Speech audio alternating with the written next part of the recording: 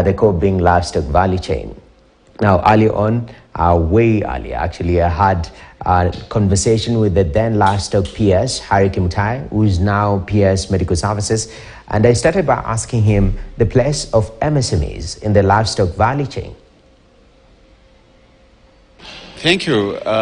Livestock subsector plays a key role in our economy. As you're aware, 85% of our country is arid and semi-arid, where we have huge production of livestock. And in terms of the MSME, livestock department and livestock sector then provides an enabling environment for the MSME to come into that space. One, there is a lot of aggregation of our products, and most of our products are value added for the purpose of it reaching the market. And therefore, there is a lot of space for MSME within the livestock subsector.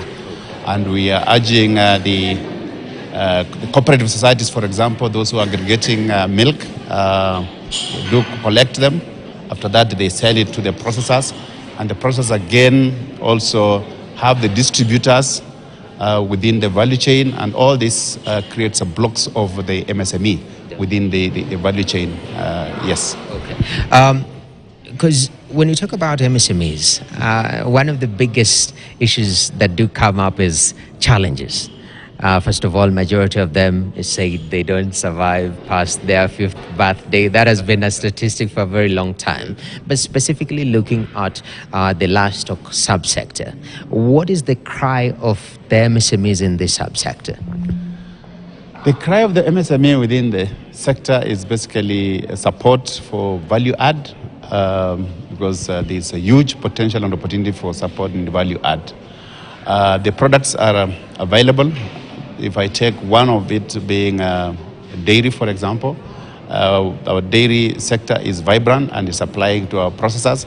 And also we have those who want to do value addition, making yogurt and other dairy products, which then they can continue supplying. So the only challenge they are facing is basically the support for financial credit facilities, which will then help them continue growing their business. So that's one of the areas. But in terms of supporting the sector, dairy, for example, the government is now supporting the cooperative societies with 1,000 coolers. We have already delivered 350 coolers for them to aggregate the milk, and those who want to do value add like pasteurizing and selling them through the milk ATMs, they can do it. Additional 650 coolers will be delivered in the course of the financial year 2023-2024 to be supplied to various cooperative societies. So we believe that that's the government support that they can get. They can then thereafter move to the next stage where they can get credit from the financial institutions to support them in value addition. Other products like processing of sausages, I think we are seeing now a lot of other companies, MSMEs coming into that space. They are starting now to process their either chicken sausage or beef sausage within that sector. So the only challenge that they have been facing, of course, is the credit facilities. They are not getting enough because most of these are youth who want to venture into this business, but they are not getting credit facilities within the financial institutions. Definitely. The other one is, of course, we have leather. One, we first of all have the tanners, and then thereafter, once they have tanned the hides and skins, then we get what's called the wet blue, which will then go to the next stage of processing. So where we can see the youth now processing that into leather and then using the leather products to manufacture leather articles, footwear, and other products. So within that, we've managed to provide, because of the huge investment cost, we have provided what's called the common user facilities, so that they are able to take their leather products there.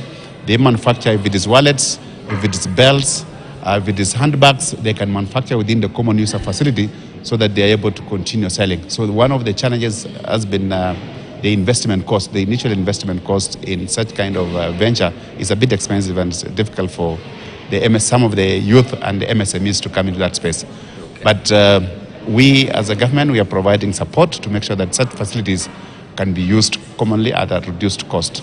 Yeah. Very importantly, you've mentioned the issue of finance, which is actually huge. But even before we talk about finance, I mean, you have to sell your product. The issue of market access, not only within the country, but outside. I hear the Trade Cabinet Secretary talk about export-led growth. Focusing on how we can sell more outside with the dollar challenges. I mean, we have to turn this trade balance around. Talk to me about how livestock sector you're helping them sort of tap into the market within and the market outside. Thank you. It is true. The Cabinet Secretary for Trade is leading the strategy of market-led export strategy, and the country has an export strategy which we are implementing. We want to work from the market side. We want to understand what the market wants. What kind of products does the market want? How can we produce for that market? So once we understand the product differentiation in terms of the market, then we work from there so that we are able to comply. We are part of the WTO member states, and we play by the rules under the phyto and phytosanitary certificates, in the sense that we have those protocols that have been established for us to trade, and so it is accepted that we trade on. But there are certain things that we must do so that we're able to meet that market. So compliance to that, into the good agricultural practice, for example, is one of them. We must be compliant. We must ensure that we do not have products that are not restricted to go into the other market. So we must make sure that we invest within the livestock sector.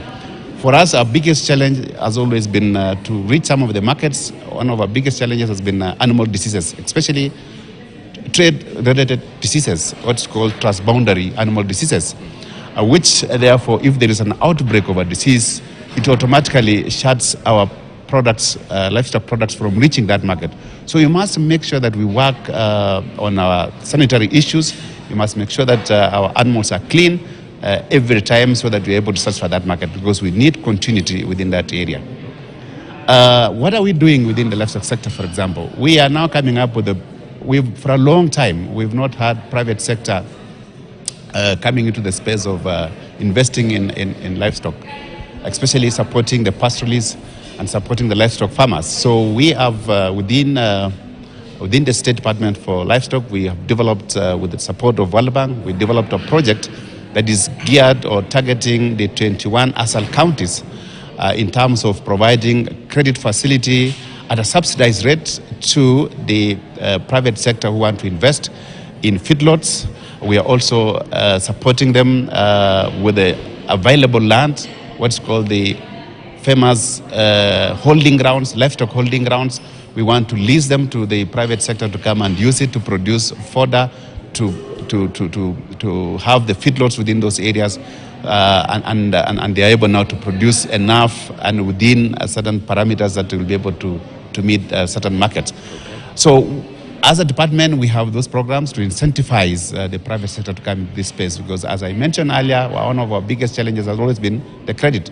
So we've gotten a funding from World Bank under the Horn of Africa initiative, where we have other countries within the Horn of Africa, Ethiopia, Somalia, and Djibouti, and Kenya coming together to have this program driven together, so that as we face the same market, we are all supported within the region to meet certain requirements. So you can see that we are now not just doing it as a country, but we want to do it as a region, so that we're able to meet the external market together with the other regional partner states. Definitely. That is PS Harry Kimutai, who's now PS Medical Services, formerly PS. That is livestock sector, well, or rather livestock department. That's where we put a full stop to today's show. Thank you very much for joining with us. And this is the ending quote. The best time to support small businesses is always today. Thank you very much for watching Business Today. I'm Noki Kimbo. Up next, we have KTN. Stay tuned.